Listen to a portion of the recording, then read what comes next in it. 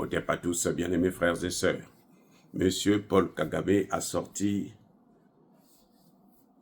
une thèse qui est passée un peu inaperçue dans les médias,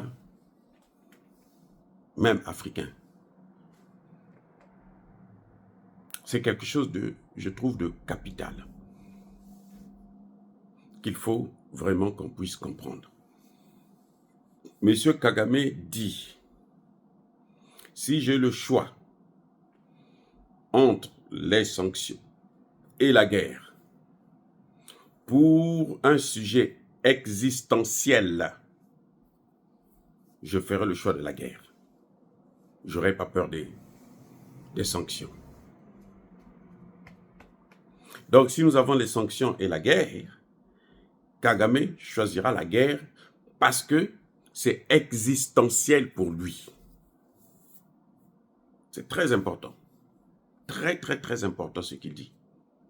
C'est existentiel. C'est le mot là, existentiel,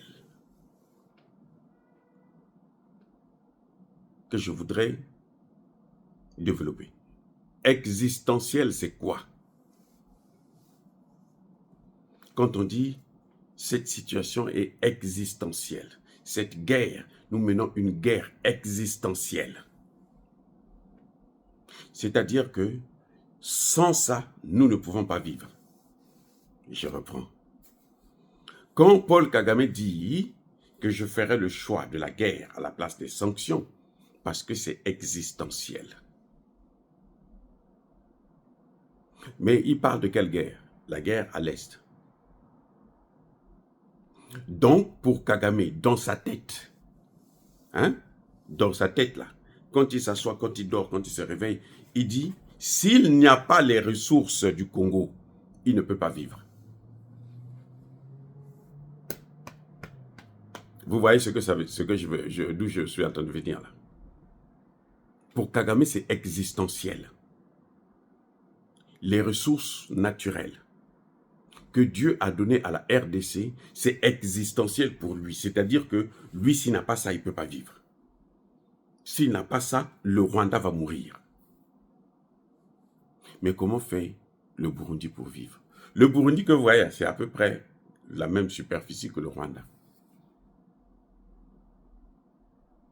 Oui, c'est pratiquement la même chose, le même territoire, les montagnes et autres. Le Burundi fait comment pour vivre?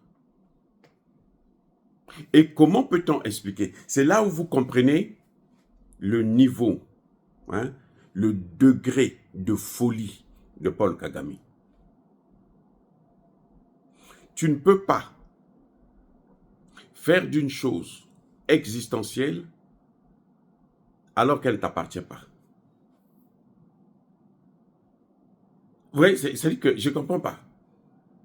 Pourquoi il a pris le pouvoir? Son prédécesseur que lui, il avait tué, Habyarimana, il faisait comment pour gérer le Rwanda? Il vivait sur le dos des Congolais, sur le sang des Congolais. Tu ne peux pas dire existentiel, tu ne peux pas qualifier quelque chose, un bien d'autrui, que c'est existentiel pour toi. En Afrique, nous côtoyons des riches et des pauvres. Les riches, bon, pour la plupart, ce sont les hommes politiques qui volent l'argent. Et puis vous avez des pauvres, très pauvres même. Mais les pauvres, là, ne sont jamais engagés à faire la guerre à leurs autorités pour prendre leur argent. Alors que c'est leur droit. Puisque ce sont des citoyens. Leurs dirigeants n'ont pas le droit de manger, et puis les citoyens ne mangent pas. Donc ce serait plutôt même légal. Mais ils ne l'ont jamais fait. Pourquoi? Parce que ce n'est pas existentiel. Ils peuvent se passer de l'argent, du vol, et puis vivre. Et bien aussi. Mais Paul Kagame, lui, les matières de la RDC, c'est existentiel pour lui. Et ça, on comprend pourquoi il a tout fait pendant 30 ans à massacrer des Congolais juste pour prendre ce qui ne lui appartient pas parce que c'est existentiel. Puisque c'est existentiel pour lui, il ne faut pas trop compter sur les accords qu'il va signer avec la RDC. Attendez, je reviens. Les amis, Paul Kagame vous dit que moi, le Rwanda, sans les biens du sang, les mines, les minerais du sang, le Rwanda ne peut pas vivre. Lui, Paul Kagame, ne peut pas vivre. Qu'est-ce qu'il va faire? Il va donc se battre pour prendre ça. Mais puisqu'on lui impose un engagement, une résolution, pour qu'il puisse cesser d'attaquer l'autre, d'aller voler les matières premières, soit il va demander à ce qu'on partage les matières premières entre le Congo et le Rwanda. Comme disait Sarkozy, l'autre imbécile, sa place serait dans un hôpital psychiatrique ou peut-être même en prison parce que c'est un voleur. Soit Kagame va refaire la guerre. Or, Tshisekedi, bien que président de la République, n'a pas le droit de partager les matières premières de la RDC avec le Rwanda, surtout que le Rwanda s'est déjà assez servi. Pendant 30 ans, il s'est servi pendant 30 ans. Tshisekedi ne peut pas le faire. Maintenant, est-ce qu'il n'y a pas un deal entre Tshisekedi et les Occidentaux pour en arriver là? Ouvrez les oreilles, les yeux, les gars. Les amis, ouvrez les yeux. On ne peut pas faire confiance à ces hommes politiques-là. Vous comprenez? Parce que là où on demande à Tshisekedi de se débarrasser des traîtres, il les garde. Ça veut dire qu'il peut aussi aller signer des accords bidons, comme Kabila avait fait. C'est à cause de Kabila que cette armée est pourrie. C'est Kabila qui a infecté cette armée. Il a infiltré cette armée à travers des accords bidons. Et ce sont ces accords-là que Paul Kagame revendique. Où l'Est, là, on devrait lui donner ça. C'est pour ça qu'il dit que c'est existentiel. Le message est en train de passer chez les Occidentaux. Que moi, sans ça, je ne peux pas vivre. Et donc, vous devrez vous arranger à ce que vous me donnez ça. Mais est-ce que les accords de Luanda prévoient justement ça? J'espère pas. Moi, je n'ai pas encore lu ça. Mais j'espère que Tshisekedi ne nous fera pas le coup pour nous dire que non, pour la paix, donc, nous allons faire ceci, nous allons faire cela. Les amis. Parce que le Rwanda doit être sanctionné. Il doit être puni. Si ce n'est pas par la Cour pénale internationale, mais alors par la Cour de justice de la RDC. Ne serait-ce que en l'empêchant à ce que les minerais du Congo ne puissent ne serait-ce que traverser par le Rwanda. Faites ça passer par le Burundi, par je ne sais quel pays. Il y a 9 frontières. Bon, vous pouvez vous débarrasser d'une. De toutes les façons, ils n'ont pas de mer.